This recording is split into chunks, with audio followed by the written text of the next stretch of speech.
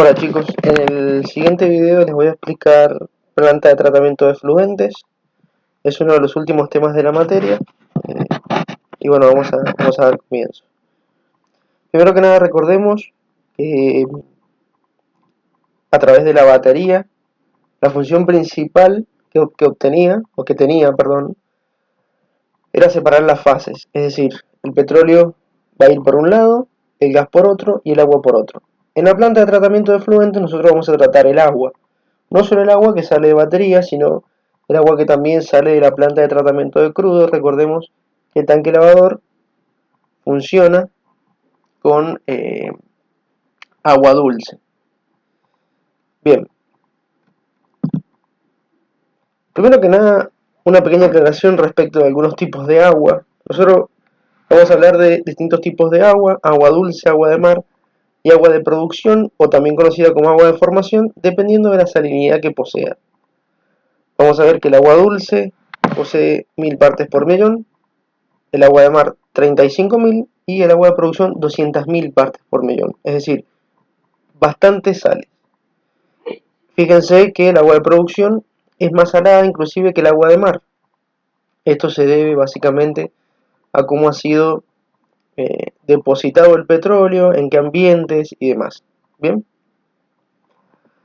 debe tenerse en cuenta también que el agua de producción trae sólidos en suspensión, algunas trazas de petróleo, es decir, pequeñas cantidades de petróleo, gases, materia orgánica, ¿sí? Etcétera. Y bueno, nada más, que el agua debe eliminarse de los circuitos. Fíjense que no tenemos capacidad infinita.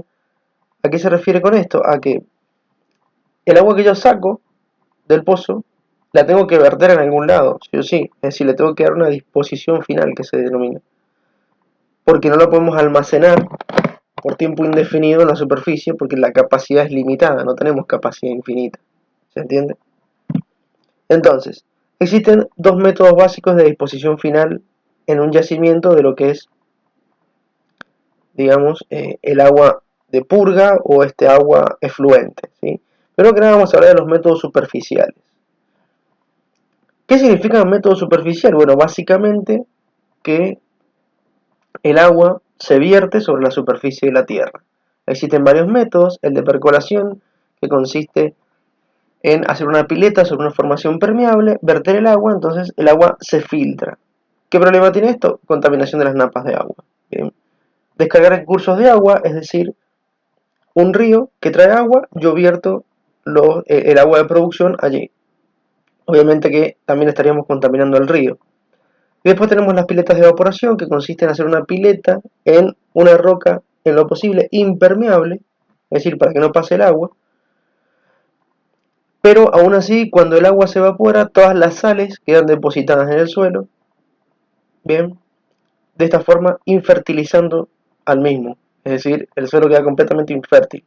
Y después una evaporación asistida, que es básicamente lo mismo, pero se ocupan unos rociadores. En vez de tener piletas, ocupamos rociadores. Al rociar el agua, su volumen disminuye, se hacen gotitas muy chicas. Y esta gotita se evapora muy rápido, ¿sí? En cuestión de segundos. Pero las sales siguen quedando en el piso. Obviamente que todos los métodos superficiales, como les acabo de mencionar, son contaminantes. Por ende, en Argentina están completamente prohibidos, ¿sí? No se pueden utilizar. Bien. Después tenemos los métodos subterráneos, que como su nombre lo indica, consisten en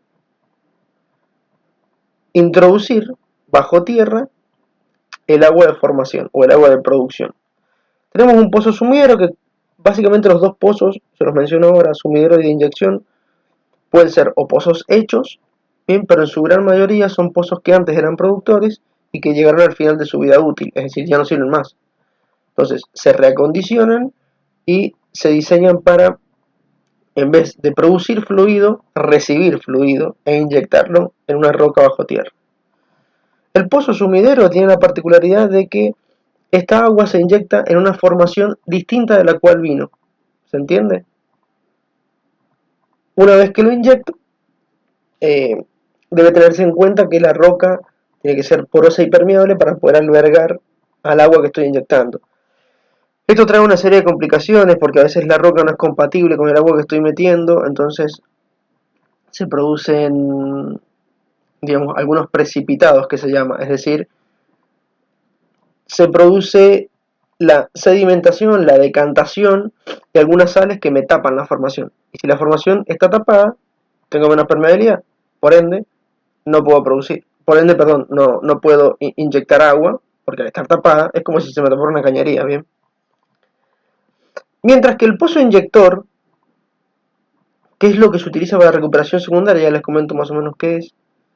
El pozo inyector tiene como finalidad inyectar el agua, al igual que el pozo sumidero, pero en la roca de la cual vino. Es decir, si nosotros estamos produciendo de la roca reservorio, ese agua va a volver a la roca reservorio.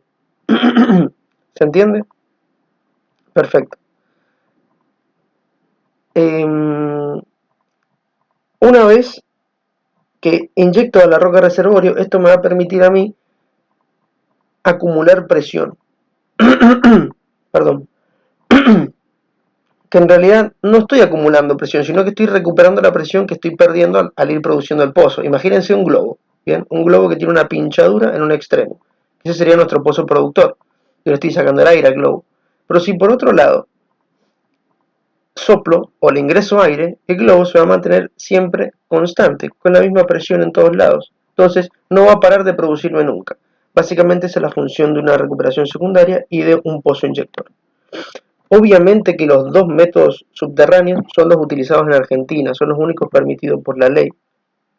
Ahora bien, ¿cuál es el mejor? El pozo inyector, siempre. Debe tenerse en cuenta que el agua, antes de inyectarse en los pozos, debe tratarse. Y es por eso que nosotros estamos viendo planta de tratamiento ahora. Bien. Si yo no lo trato, tarde o temprano se me va a tapar la formación por la cantidad de sólidos, las pequeñas cantidades de petróleo, las bacterias, las sales, etc. Bien. Para poder preparar el agua, tengo tres sistemas. Red de captación, centro de recolección y planta de tratamiento, que pueden ser sistema abierto o sistema cerrado. Dentro de la red de captación, bien, básicamente consiste en todas las cañerías que yo tengo en mi batería o en mi yacimiento de campo, bien. Todas estas cañerías me llevan el fluido hacia las plantas de tratamiento de agua. Después tenemos el centro de recolección, que eso lo vamos a ver un poco en detalle, y por último la planta de tratamiento, que puede ser abierta o cerrada. Dentro del centro de recolección tenemos las famosas piletas API. Esto que ven en la imagen, ¿sí? En esta imagen que está acá, es una pileta API. Bien, fíjense que primero que nada la pileta API está descubierta, es decir, está libre a la atmósfera. Y eso que ven ustedes en la superficie, en donde brillan las nubes, es petróleo. Petróleo que está flotando en el agua, ¿sí? Se le llama petróleo sobrenadante porque se encuentra flotando justamente. Bien, el material de construcción de estas piletas API, ¿sí? El material de construcción de las piletas API es el cemento, ¿sí? Están hechas de cemento, son estructuras bastante largas, mientras más larga mejor porque el fluido se separa mejor, ¿bien? Y están abiertas a la atmósfera. Ya se los mencioné, por lo tanto vamos a tener una pequeña liberación, liberación de gases bastante nocivos para la atmósfera, ¿bien? Como pueden ser gas metano, dióxido de carbono, ácido sulfídrico, etc. ¿Sí? Bien, para que tengan en cuenta, esto funciona como cualquier separador, como cualquier tanque, ¿sí? Todo a través de densidades, es decir, por gravedad. A través de la gravedad, estos fluidos se me van a separar. ¿Por qué? Porque el petróleo es más liviano que el agua, entonces va a flotar. Simplemente por eso. Constitutivamente, una pileta PI es lo que están viendo en la imagen, ¿sí? Primero que nada tenemos el agua que ingresa con petróleo, ¿sí? En dos líneas. Entra un recipiente y ese recipiente se divide después en lo que son dos piletas. Eso se los voy a aclarar. La pileta API está compuesta por dos piletas. La pileta 1, ¿sí? Que es la que ven acá, y la pileta 2, que es la que ven acá. Perfecto. Estas dos piletas básicamente se diseñan de esta forma y van pegadas. Las dos piletas funcionan todo el tiempo Aún así, esto se fabrica doble en caso de que haya que hacerle mantenimiento a otra de las piletas. Entonces, por ejemplo, la pileta 1 está en mantenimiento, entonces la pileta 2 ahora tiene que recibir todo el fluido que recibía también la pileta 1. Entonces se diseñan un poquito más grandes. ¿Sí? El fluido se va a mover en esta dirección, ¿sí? La dirección que les estoy dibujando. Bien. El petróleo, una vez que llega a la zona final, por rebalse pasa hacia unos contenedores de petróleo. Mientras que el agua, por la zona inferior, recuerden esto de la pileta, la zona inferior, se mueve hacia unas piletas laterales que tenemos. En las piletas laterales yo saco el agua por la parte inferior también. Siempre por la inferior, recuerden, porque si yo saco el agua por la parte superior, tengo un agua de mala calidad, es decir, agua que puede tener petróleo todavía. Siempre se sacan por la parte inferior. El agua sigue su camino hacia las plantas de tratamiento de agua, ¿bien? O de efluentes. Mientras que el petróleo vuelve al tanque cortador, es decir, vuelve a la parte de batería. ¿Recuerdan? Después de los separadores teníamos el tanque cortador. Vuelve hacia el tanque cortador para poder separarse, para poder sacarle el excedente de agua nuevamente. ¿Bien? Recuerden, el tanque cortador no puede ser el tanque lavador porque el petróleo sigue teniendo mala calidad. Entonces yo no lo puedo poner en el tanque lavador donde tenemos un petróleo bastante bueno en realidad. ¿Sí? Bien, después de esto pasamos a las plantas de tratamiento de agua. Vamos a ver los dos sistemas, el abierto y el cerrado. Primero que nada el abierto. ¿Por qué se llama sistema abierto? Bueno, porque las piletas 1, 2 y 3, que son las que tenemos en este dibujo, estas que están acá, bien, estas piletas 1, 2 y 3 se encuentran abiertas como si fueran piletas API. No se llaman piletas API, ¿sí? Reciben otro nombre, pero se encuentran abiertas a la atmósfera. ¿Para qué sirve esto? Para que el agua, junto con el petróleo, absorban oxígeno y de esta forma maten a las bacterias anaeróbicas. ¿Qué son las bacterias anaeróbicas? Son bacterias que no pueden vivir en presencia de oxígeno, ¿sí? Sino que viven en ausencia de oxígeno. ¿Se acuerdan cuando les mencioné cómo se formaba el petróleo? Bien, que se formaba en ausencia de oxígeno. Bueno, son estas mismas bacterias que formaron el petróleo, que todavía existen con él, y que en presencia de oxígeno se mueren.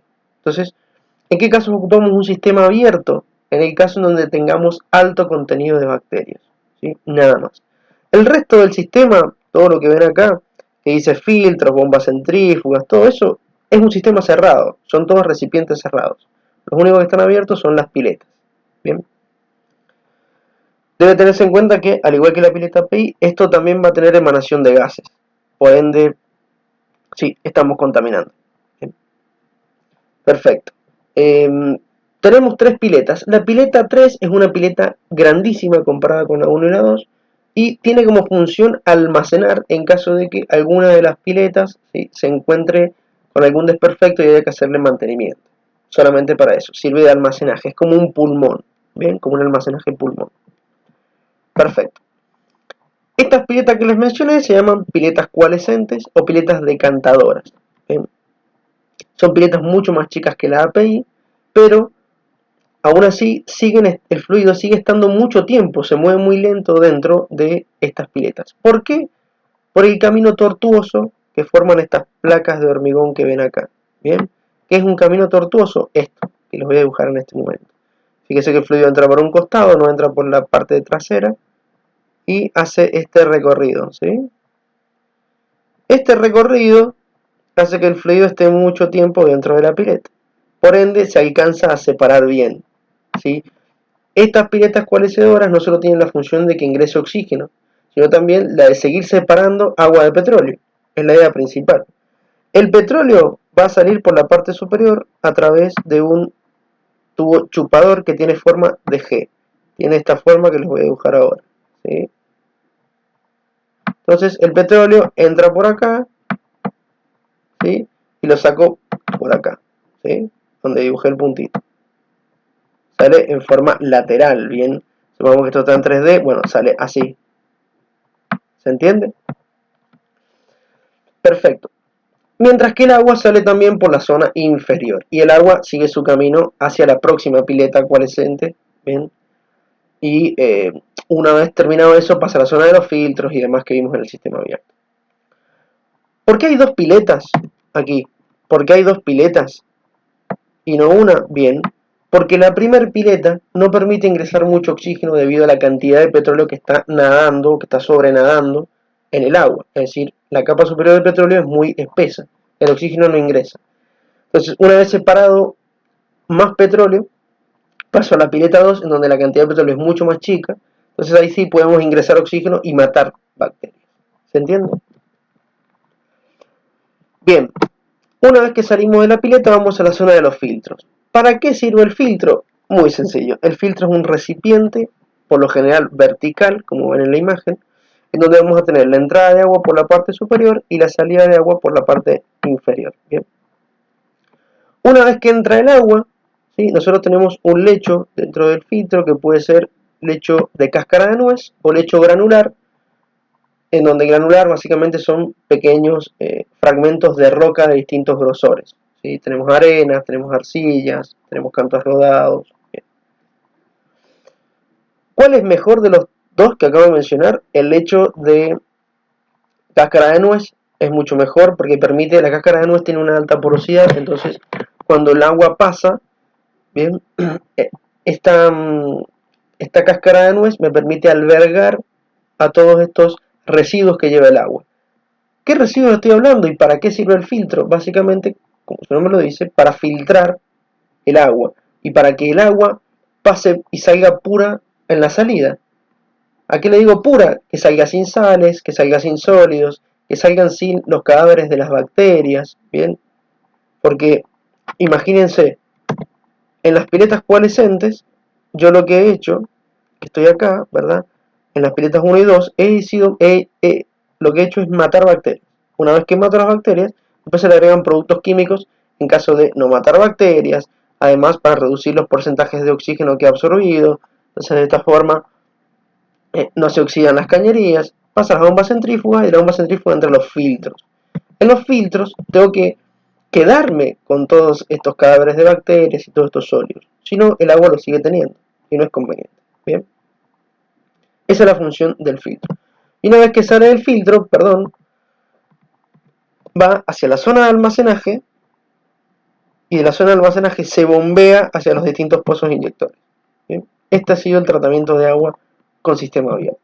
Mientras que el sistema cerrado, como su nombre lo indica, es cerrado, es decir, no tiene ninguna pileta o ningún recipiente abierto a la atmósfera. ¿Esto qué me permite a mí? Bueno, fácil. En primer lugar, me evita tener una contaminación. Bien. Y en segundo lugar, puedo trabajar a altas presiones, que con el otro sistema no puedo porque estoy trabajando a presión atmosférica. ¿Sí? Bien.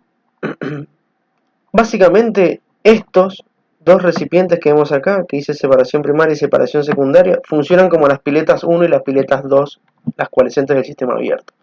La separación primaria se da a través de un skimmer. El skimmer es un separador horizontal. Bien. Para aquellos que lo hayan visto, funciona igual. Para aquellos que no lo hayan visto, ya lo veremos cuando veamos el tema de batería y separadores. Bien. Mientras que la separación secundaria también es un separador. ¿Sí? Funciona igual que un separador, aunque ahora a mucha menor presión. Y además tiene una serie de placas, por eso se llama unidad de placas, la separación secundaria. Estas placas permiten que gran parte de los sólidos queden en el sistema este de separación secundaria y además me favorece un poco la separación de petróleo y agua. Tanto el skimmer como la unidad de placas funcionan también por gravedad. Las piletas coalescentes también funcionan por gravedad. Todos los sistemas aquí son gravitacionales, es decir, densidad. Después, el sistema cerrado pasa a la zona de los filtros, donde los filtros son exactamente igual que los anteriores, y por último la zona de almacenaje e inyección. ¿Sí?